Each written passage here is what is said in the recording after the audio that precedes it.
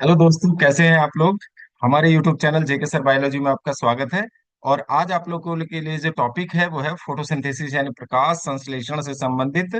ठीक है। ऑब्जेक्टिव प्रश्नों का एक सेट है, सेट वन है। इसके अलावा और भी सेट आपको प्रोवाइड किए जाएंगे और ये टीजीटी पीजीटी बायोलॉजी और नीट के विद्यार्थियों के लिए अत्यंत उपयोगी सिद्ध होगा। ठीक है। तो देख लेते हैं गाइस, पहला क्वेश्चन इसका। Bacterio chlorophyll differs from the chlorophyll A in having. ठीक है। बैक्टीरियो क्लोरोफिल जो है क्लोरोफिल ए से भिन्न होता है। ठीक है। ठीक है, क्या होने से, क्या चीज एक्स्ट्रा होती है बैक्टीरियो क्लोरोफिल में, तो ये बताना है। ठीक है। बैक्टीरियो क्लोरोफिल में तो वन, हाइड्रोजनेटेड पायरोल रिंग पाई जाती है, टू हाइड्रोजनेटेड पायरोल रिंग्स पाई जाती है उसमें, या थ्री हाइड्रोजनेटेड पायरोल रिंग्स पाई जाती हैं, या फोर हाइड्रोजनेटेड पायरोल रिंग्स पाई जाती हैं। तो इसका राइट आंसर हो जाएगा बैक्टीरियो क्लोरोफिल में। ठीक है। सामान्यतः पाए जाने पौधों में पाए जाने वाले क्लोरोफिल ए की कंपैरिजन में, ठीक है, दो हाइड्रोजिनेटेड पायरोल रिंग्स पाई जाती हैं। तो ये इसका राइट आंसर हो जाएगा गाइस सेकेंड। नेक्स्ट देख लेते हैं। ब्लैकमैन ने, देखिए ये Blackman illumination increased the photosynthetic rate of Blackman. ठीक है। ब्लैकमैन ने ये प्रदर्शित किया था कि फोटोसिंथेटिक रेट बढ़ जाता है, इंक्रीज्ड हो जाता है टू ए पॉइंट, एक बिंदु तक, व्हेन CO2 बिकेम लिमिटिंग। ठीक है। और जबकि, ठीक है, उस बिंदु तक बढ़ती रहती है प्रकाश संश्लेषण की जो दर है, जब CO2 बिकेम लिमिटिंग, सीमाकारी हो जाता है, यानी कि कार्बन डाइऑक्साइड सीमाकारी हो जाता है।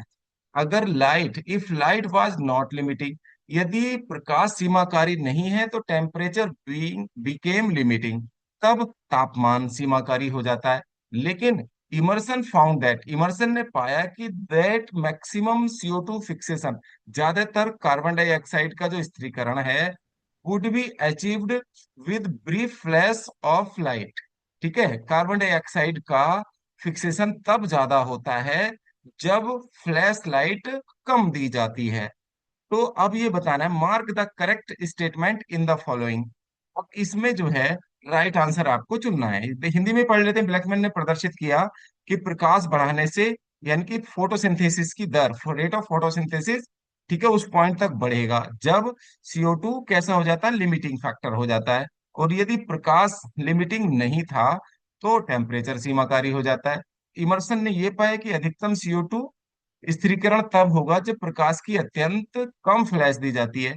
तो सही कथन आपको बताना है। Only one factor can be limiting in photosynthesis. Photosynthesis में केवल एक ही फैक्टर लिमिटिंग होता है, सीमाकारी होता है। Photosynthesis consist of light and dark reaction. Photosynthesis में लाइट और डार्क रिएक्शन दोनों पाए जाते हैं। ठीक है। Trapping, trapping of light by chloroplast is temperature dependent. The trapping light, next देख लेते हैं। The trapping of light by chloroplast, ठीक है, can occur only if CO2 is present. तो इसका राइट आंसर गाइज हो जाएगा फोटोसिंथेसिस, जो फोटोसिंथेसिस में डार्क और लाइट रिएक्शन दोनों पाई जाती हैं, दोनों उपस्थित होती हैं। ओके। इस कारण से अब आते हैं, देखिए, photo respiration is a phenomenon that occurs in the cycle. यानी कि फोटो रेस्पिरेशन जो है किस साइकिल में पाया जाएगा, पायरुवेट साइकिल में, या ग्लाइकोवेट साइकिल में, हिल साइकिल, या क्रेब साइकिल में। तो राइट आंसर है ग्लाइकोवेट, ग्लाइकोलेट साइकिल में। ठीक है, सेकंड आंसर हो जाएगा इसका। फोटो रेस्पिरेशन ग्लाइकोलेट साइकिल के अंतर्गत होता है। नेक्स्ट देख लेते हैं। Who among the following proved for the first time O2 in photosynthesis comes out by photolysis of water. सबसे पहले ये किसने सिद्ध किया कि फोटोसिंथेसिस के दौरान, ठीक है, ऑक्सीजन जो, ठीक है, आती है, वो वाटर के फोटोलाइसिस से, प्रकाश अपघटन के कारण, ठीक है, निकलती है। तो आर्नोन ने बताया, ये हिल ने बताया, रूबन, हैसिड एंड कामन ने बताया, या ब्लैकमैन ने। तो रूबन एंड कामन का नाम केवल इन दोनों का भी आता है और यहाँ हैसिड भी है। तो रूबेन एंड कामेन, इसको ध्यान रखिएगा। तो राइट आंसर हो जाएगा इसका थर्ड, ये।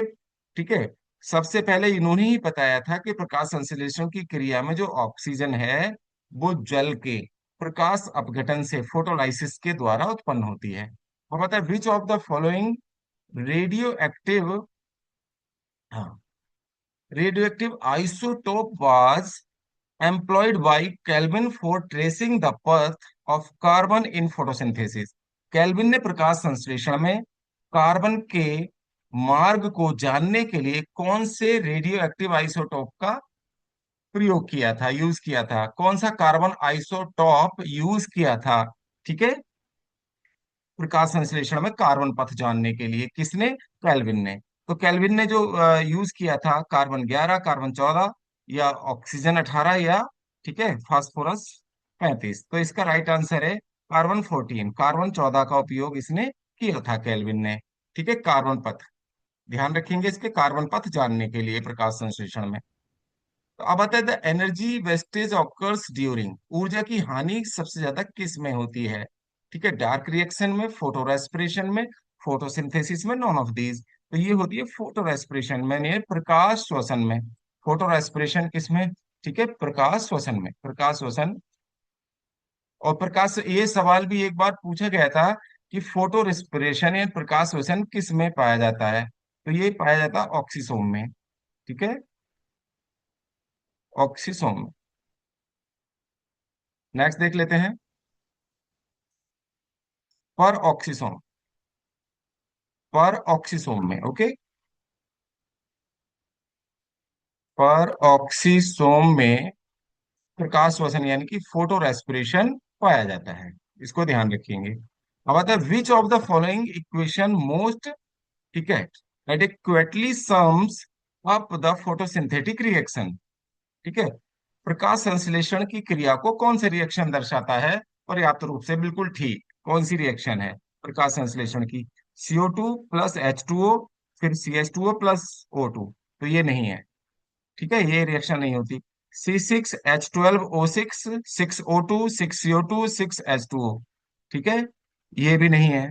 इसके बाद आता है 6CO2 प्लस 6H2O, फिर उसके बाद C6H12O6 और 6O2 बनते हैं, नहीं, बराबर का निशानी हो गया तीर का। ठीक है, अब देखिए 6CO2 12H2O, यहां तक सही है, बराबर, यानी कि तीर का निशान यहां से बनेगा C6H12O6 यानी ग्लूकोज, ये बिल्कुल ठीक है, ये ग्लूकोज बना। ऑक्सीजन बनी 6O2, 6 मात्रा में, और 6 ही जल बनता है, 6H2O जल बनता है। तो जल बनेगा, ऑक्सीजन बनेगी, और ग्लूकोज इसका उत्पाद होगा। ठीक है, और कार्बन की 6 मात्रा और 12 अणु जो है, ठीक है, 6 अणु होते हैं, 6 मॉलिक्यूल होंगे कार्बन के, और 12 अणु होंगे जल के, तब जाके ठीक है ग्लूकोज का एक अणु बनेगा। 6 ऑक्सीजन के अणु बनेंगे और 6 जल के अणु बनते हैं प्रकाश संश्लेषण की क्रिया में। तो इसका राइट आंसर हो जाएगा 4। ठीक है, ये रिएक्शन होती है फोटोसिंथेसिस की। अब आता है, देखिए अवर present day view regarding photosynthesis is that, ठीक है, प्रकाश संश्लेषण के संबंध में हमारा क्या विचार है आजकल? तो ठीक है, converts light energy into chemical energy. क्या है ये क्या करता है? लाइट एनर्जी को केमिकल एनर्जी में कन्वर्ट करने का काम करता है, या क्रिएट्स यूजफुल एनर्जी, या fixes CO2 into carbohydrate, CO2 को कार्बोहाइड्रेट के रूप में यूज करता है, reverse the action of respiration, reverses the action of respiration के एक्शन को रिवर्स करता है, नहीं, पहला ही सही है। ये लाइट एनर्जी को केमिकल एनर्जी में बदलता है, यही है प्रकाश संश्लेषण की नई परिभाषा, आज के मॉडर्न थ्योरी इसको कहा जाता है। अब आता है first step in photosynthesis is, photosynthesis की पहली स्टेप क्या होती है? प्रथम चरण, joining of 3 carbon atoms from glucose to form glucose, glucose बनाने के लिए 3 कार्बन एटम्स जुड़ते हैं। ठीक है, फॉर्मेशन ऑफ ATP, फिर ATP का निर्माण होता है, आयनाइजेशन, ठीक है, आयनाइजेशन ऑफ वाटर, वाटर का आयनीकरण हो जाता है, excitement of an electron of chlorophyll a by photon of light. सबसे पहले क्या होता है, एक क्लोरोफिल ए का एक इलेक्ट्रॉन क्या हो जाता है, एक्साइट हो जाता है, जब लाइट के फोटोन उस पर पड़ते हैं। ठीक है, लाइट के फोटोन को प्राप्त करके। तो ये बिल्कुल ये सही है, तो फर्स्ट स्टेप हो जाएगा इसका 4th। नेक्स्ट देख लेते हैं, oxygen liberated during photosynthesis comes, ठीक है, फ्रॉम, अब ये ये फॉर्म नहीं, ये फ्रॉम है। Okay, good. अब आता देखिए, oxygen liberated during photosynthesis. Oxygen जो निकलती है फोटोसिंथेसिस के दौरान, वो कहाँ से आती है? कार्बन डाइऑक्साइड से, वाटर से, फास्फोग्लिसरिक एसिड से, क्लोरोफिल से। तो इसका राइट आंसर हो जाएगा सेकंड, वाटर से आती है। अब बता देखिए, Q10 क्या है? Q10 है respiratory quotient, a temperature coefficient, a constant in quantum equation, a scale of quality. तो इसका राइट आंसर है, ये है टेम्परेचर कॉफिशिएंट। अब देखिए, टेम्परेचर कॉफिशिएंट क्या होता है? Q10 को टेम्परेचर कॉफिशिएंट कहा जाता है। ठीक है, shows how much the rate of the biological process changes. कितना बायोलॉजिकल प्रोसेस का की जो दर है वो कितनी बदलती है जब टेम्परेचर बढ़ता है 10 डिग्री। ठीक है, 10 डिग्री बढ़ने पर। और इसका फार्मूला होता है Q10 = rate 8। ठीक है, T+10 degree Celsius upon rate@T। ठीक है, टेम्परेचर जो भी होगा। तो इन मोस्ट बायोलॉजिकल प्रोसेस, जैसे अब ये कहाँ, ठीक है, मोस्ट जो बायोलॉजिकल प्रोसेस होती हैं, जैसे रेस्पिरेशन है, एंजाइम एक्टिविटी है, तो इसमें Q10, ठीक है, निकाला जाता है। और ये जो रेट है ना, टेम्परेचर कॉफिशिएंट का या बायोलॉजिकल प्रोसेस का जो रेट है वो डबल हो जाता है जब टेम्परेचर 10 डिग्री बढ़ता है। तो इस वाले पॉइंट को भी आप लोग ध्यान रखिएगा गाइस। ठीक है, नेक्स्ट देख लेते हैं, dark reaction in photosynthesis. Photosynthesis में जो डार्क रिएक्शन को की प्रक्रिया को इस प्रकार संबोधित इसलिए करते हैं क्योंकि it can also occur in dark, क्योंकि ये डार्क में होती है। It does not require light energy, ठीक है, of neither of these, of both of these. तो इसका राइट आंसर है, it does not require light energy. इसको लाइट एनर्जी की आवश्यकता नहीं होती, सेकंड आंसर हो जाएगा। अब बता दें कि during photosynthesis when PGA is changed into phosphoglyceraldehyde. ठीक है, इसमें पीजीए फास्फोग्लिसरल डिहाइड में बदल जाता है। यह फास्फोग्लिसरिक एसिड जब फास्फोग्लिसरल डिहाइड में बदल जाता है फोटोसिंथेसिस में, तो ठीक है, कौन सी रिएक्शन होगी? तब ऑक्सीडेशन होगी, रिडक्शन, रिडक्शन होगा, इलेक्ट्रोलाइसिस या हाइड्रोलाइसिस। तो ये होगी रिडक्शन रिएक्शन हो जाएगी, अपचयन है ये। ठीक है, इस क्रिया को क्या कहेंगे? अपचयन। जब पीजीए किसमें चेंज होगा? फास्फोग्लिसरल डिहाइड में। ओके, चलिए ध्यान रखेंगे। तो ये क्या है? फास्फोग्लिसरल डिहाइड में चेंज होगा तो इस क्रिया को कहेंगे रिडक्शन, ध्यान रखेंगे। नेक्स्ट देख लेते हैं, during photosynthesis oxygen in glucose comes from. Photosynthesis के दौरान जो ऑक्सीजन आती है वो कहाँ से आती है? ठीक है, फोटोसिंथेसिस में, प्रकाश संश्लेषण में, ग्लूकोज में स्थित ऑक्सीजन, जो ग्लूकोज के अंदर ऑक्सीजन आएगी वो कहाँ से आएगी? वाटर से, कार्बन डाइऑक्साइड से, बोथ, दोनों, वाटर और कार्बन डाइऑक्साइड दोनों से, या एयर से? तो इसका राइट आंसर हो जाएगा कार्बन डाइऑक्साइड से मिलती है ये ग्लूकोज में। नेक्स्ट देख लेते हैं, discovery of immersion effect has already shown the existence of.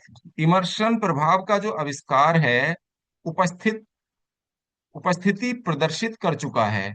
ठीक है, टू डिस्टिंक्ट फोटोकेमिकल रिएक्शंस की इमर्शन प्रभाव, दो फोटोकेमिकल रिएक्शन की, ठीक है, स्पष्ट कर चुका है।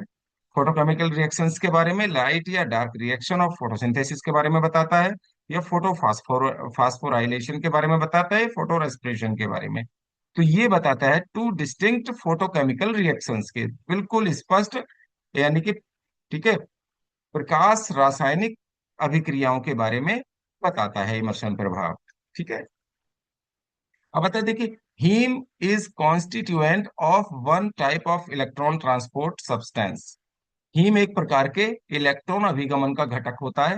हीमोग्लोबिन, फाइटोक्रोम, साइटोक्रोम या एनएडीपी। तो इसका राइट आंसर है cytochrome guys, third is the right answer. अब आ जाते हैं, all photosynthetic green plants contain. सभी फोटोसिंथेटिक ग्रीन प्लांट कंटेन करते हैं, क्या पाया जाता है उनमें? ठीक है, chlorophyll A, chlorophyll B, chlorophyll C, chlorophyll D. सभी पौधों में जो फोटोसिंथेटिक पौधे होते हैं उनमें क्लोरोफिल ए अवश्य उपस्थित रहता है। नेक्स्ट देख लेते हैं। The first stable product of carbon assimilation is.